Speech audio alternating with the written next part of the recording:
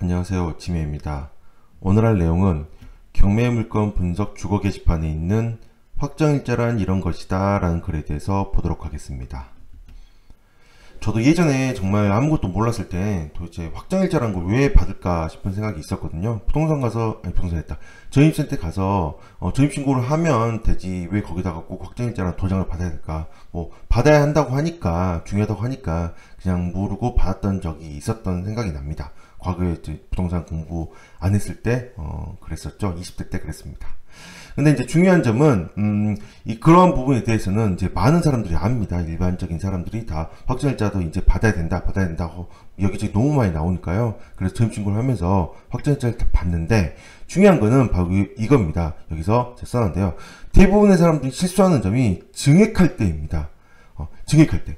증액을 하고 제일 처음에 부동산에서 그 거래를 하고 전입신고할 때 확정일자를 당연히 받는데, 증액을 할 때 확정일자를 받지 않는 경우가 무척 많이 있습니다. 그게 왜 그러냐면, 전입신고는 중요하다고 하니까 어차피 전입신고할 때 확정일자를 받지만, 증액할 때는 이미 전입신고 되어 있기 때문에 확정일자를 다시 받기 위해서는 주민센터에 다시 가야 되는데요. 이런 굉장한 번거로움이 있다 보니까 확정일자를 받지 않고 시간이 지나서 잊어버린 경우가 정말 많이 있죠. 물론 요즘에는 인터넷으로도 확정일자를 받을 수 있으니까 꼭 보셔야 되는데, 어쨌든 확정일자라는 거는 다른 곳에 쓰는 게 아니고 딱 경매에서, 우선변제권에서만 씁니다. 즉 경매에서 경매로 넘어가게 되면 배당에 참여할 수 있는 권한을 주는 거죠. 권한을. 그래서 만약에 5천에 임대차 계약을 하고 확정일자 받았다면 5천에 대해서 배당을 받을 수 있는 권리를 준다고 생각을 하셔야 됩니다. 그런데 만약에 5천에서 계약을 해서 권리를 줬는데 중간에 2천을 증액해서 7천으로 바꿨습니다. 7천으로 바꿨다면 이 2천에 대해서는 우선변제권이 따로 존재하지 않다면 배당의 권리를 주지 않죠. 5천에 대해서는 권리를 줬지만 2천에 대해서는 확정일자를 따로 받지 않는 한 권리를 주지 않습니다. 그러므로 반드시 증액을 하게 되면 2천에 대해서도 확정일자를 주민센터 가서 반드시 받아야 됩니다. 자, 이 물건을 예제로 보겠습니다. 자, 매각물건 명세서를 살펴보시면 세입자는 2006년도에 전입이 되어 있고요. 그리고 2016년 9월 21일 날 경매 개시 결정 듣기가 됐기 때문에 이날이 다른 채권이 없어서 이 날짜가 말소기준 권리가 됩니다. 그러므로 세입자는 2006년이므로 대항력이 있죠. 한 10년 전에 전입을 했죠. 그러므로 대항력이 있습니다. 네, 여기서 살펴봐야 될 거는 바로 이겁니다. 이 세입자는 1차는 5,500만원이라는 계약을 했고요. 그 다음에 2차 때는 1,000만원을 증액을 했고, 그 다음에 나머지 2,500만원을 증액을 했습니다. 그래서 자세히 보시면 여기에 날짜가 나와있죠. 밑에 2011년도까지는 5,500, 그 다음에 2011년도부터 13년도까지는 6,500, 그리고 14년도부터 현재까지는 9,000만원이라고 표시가 되어 있습니다. 예.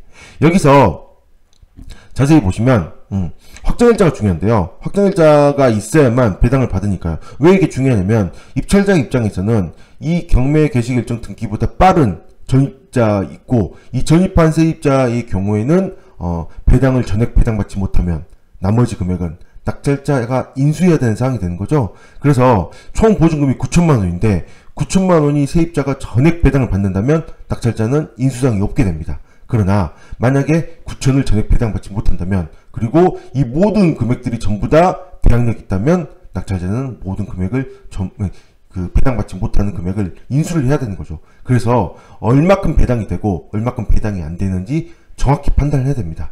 자, 세입자로서 위에서 말씀드렸듯이 세입자가 배당을 받는 그 기준은 바로 다른 게 아니라 확정일자라는 거죠. 확정일자. 자, 이 확정일자를 기준으로 배당을 받기 때문에 세입자는 확정일자가 언제 있느냐 반드시 살펴봐야 됩니다. 2006년 5월 11일날 확정일자가 있는데요. 2006년 5월 11일이 언제죠? 바로 이 계약이죠. 이 계약 2016년도 4월 7일부터 3월 14일까지 5,500에 대해서는 확정일자가 있다라는 거죠. 5,500에 대해서는 확정일자가 있습니다.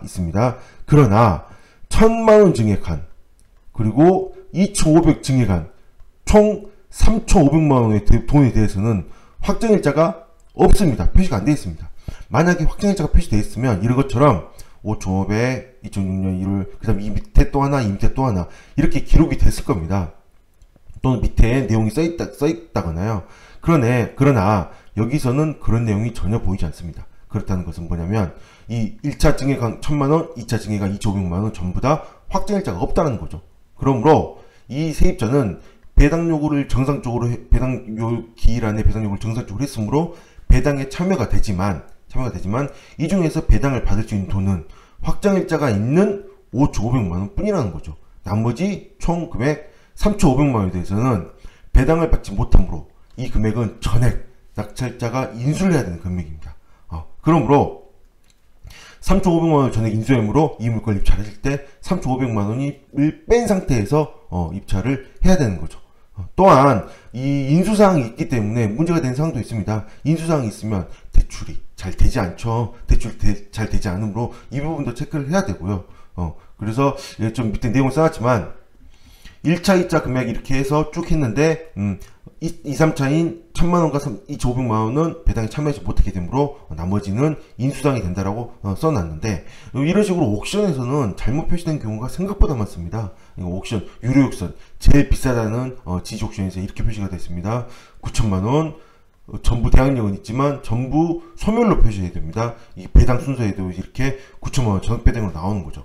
이게 옥션 같은 경우는 이제 이런 내용들을 가지고 자동으로 이렇게 프로그램에 의해서 계산이 돼서 표시되다 보니까 이렇게 실수가 나올 수밖에 없습니다. 완벽하지 않다라는 거죠. 그래서 이 옥션의 권리 분석만 보고 입찰을 했다가는 나중에 3,500만 인수라는 사항을 나중에 알게 되면 정말 문제가 커지지 않을까 싶은 생각이 들고요. 여기서 더 이제 섬찟한 내용은 세입자가 만약에 세입자 본인도 전부 인수가 아닌 줄 알고 전부 배당인 줄 알고 이 낙찰자한테 명도확 인쇄를 받아서 점유 내주고 그리고 나서 법원에 갔더니 거기서 배당이 실제 5조 전액 배당 안 되는 일이 생긴다면 그럼 어떻게 될까요? 5조 500만원 배당하고 나머지 3조 500이 인수라고 해서 다시 찾아가면 이미 점유를 내줬으니 이게 참 좀 어려운 상황이 되게 됩니다. 그래서 세입자 입장에서도 항상 배당을 받으실 때는 배당기일 3일 전에 배당표가 나오거든요. 그때 법원에 문의를 해서 얼마 배당이 되냐라고 미리 확인을 한번 꼭 해보시는 게 좋습니다. 어쨌든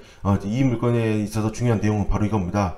옥션의 권리분석 믿지 마시고요. 반드시 본인이 직접 권리분석을 하셔야 되고요. 확정일자라는 거 증액할 때도 반드시 꼭 받아야 되므로 받을 때도 그냥 새로운 계약서 하나 쓰셔서 새로운 계약서로 소유자한테 이거 증액한 계약서고 확정일자 따로 받게 합니다 라고 해서 받으시고 기존 계약서 그대로 가지고 계시고 증액한 거 그대로 가지시고 그 다음 마지막까지 전부 다 가지시는 게 좋습니다. 그래서 총 금액을 전부 다 경매 배당에서 참여를 할 수 있게 그렇게 확정일자를 꼭 받아주는 게 너무나 중요합니다. 저도 정말 몰랐습니다. 제가 써놨지만 과거에도 정말 이런 걸 왜 했는지 몰랐는데 지금은 이제 정확하게 알고 있기 때문에 증액할 때 반드시 계약서 다시 작성과 확정일자 꼭 잊지 마세요. 여기까지 하겠습니다. 감사합니다.